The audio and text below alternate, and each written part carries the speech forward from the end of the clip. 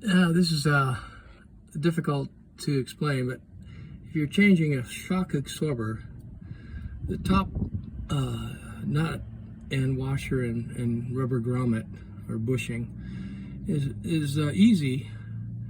What I did was use some white duct tape and tape it onto the end of my wrench, and just maneuvered it in there and put the shock up through the hole and twisted the shock onto the nut, and the wrench hold it with the tape, and that worked pretty well.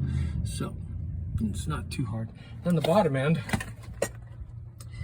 has a spacer to hold it back from the mounting area, and then you put that on, and then that's not too hard. So there's the bottom, and way up there is the top, and that's it. And that's about all there is to it. And back on the back side is the other side of the nut for the bottom. So another look, and there's the top. So that's all for now, how to put a shock on your car.